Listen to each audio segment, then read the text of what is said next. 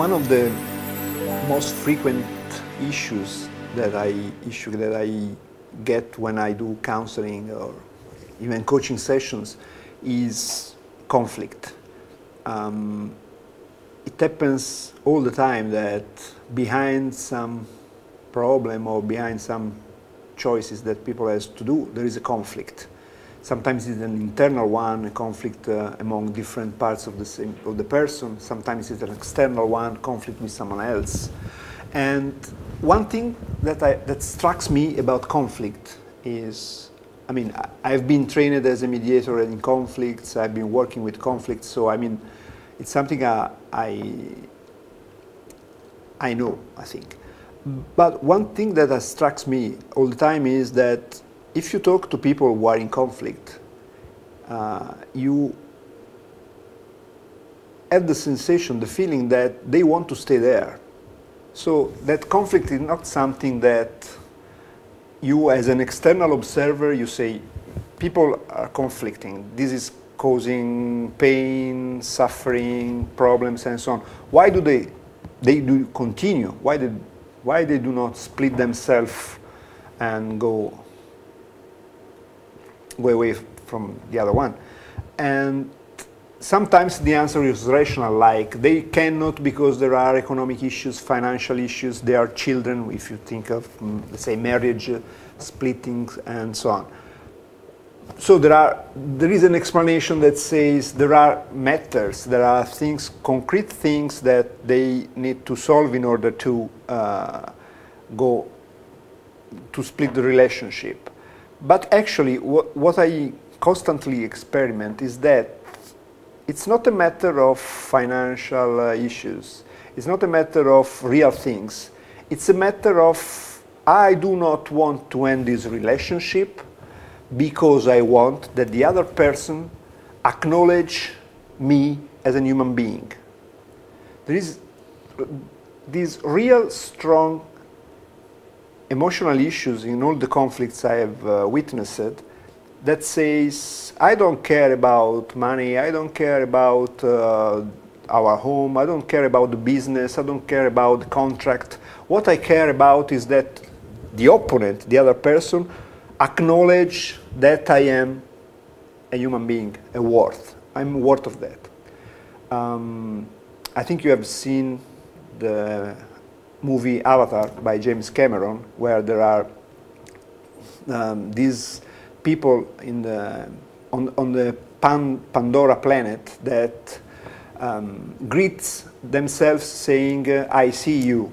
And that's a concept motivated from an African tribe where the greetings goes like this. One says, I see you, and the other person says, I'm here. And this is the way that one person see the other, and the other feel like being seen. And so it's like, I cannot be here, I cannot exist if you do not say that you see me. And this is a very basic feeling. There is a great book about this, I think, which is the one called No Two Alike by Judith Rich Harris. And you can see this in the slide, where basically Judith Rich Harris postulates that our mind, since we are babies, is made of different modules. And 3 of these modules are responsible for different things. One is the module that oversee our relationship with our parents, with our mother, with our friends, and so on. Another one oversees socialization, so the relationship with our peers at school. And the third one oversees our status, so how we position it in the society. And these 3 modules, Judith Rich Harris says, are the ones that build an adult character, more than parent education. And one of these modules is the one that oversees relationship, is looking, in order to see if the relationship is good and it's good for the baby, is looking for acknowledgement. So it's looking for this mechanism that, if you think about that, if you are a little baby, the most important thing to you is that your mother, your parents, or someone is able to protect you. And in order to protect you, you need to be sure that they see you, that they take care of you. But in order to take care of you, you need this mechanism that monitors if others are taking care of you. And this become a very strong emotion, basic emotion. And we keep that even when we become adults. And to me, this explains why we want to stay in conflict. Because a conflict is something that happens in a relationship. So if you have a relationship, this means that you care about the relationship and the person, and you want something from the relationship. And at that point, when the relationship doesn't work for any reason, for example, because of the other person puts you in a role and doesn't see you as a full human being, but anyway, when it doesn't work, you prefer to stay there and suffer because what you want to get from the other person is that I see you. See me, see my side, see the fact that I suffer, that this costs to me, that I am a person and so on.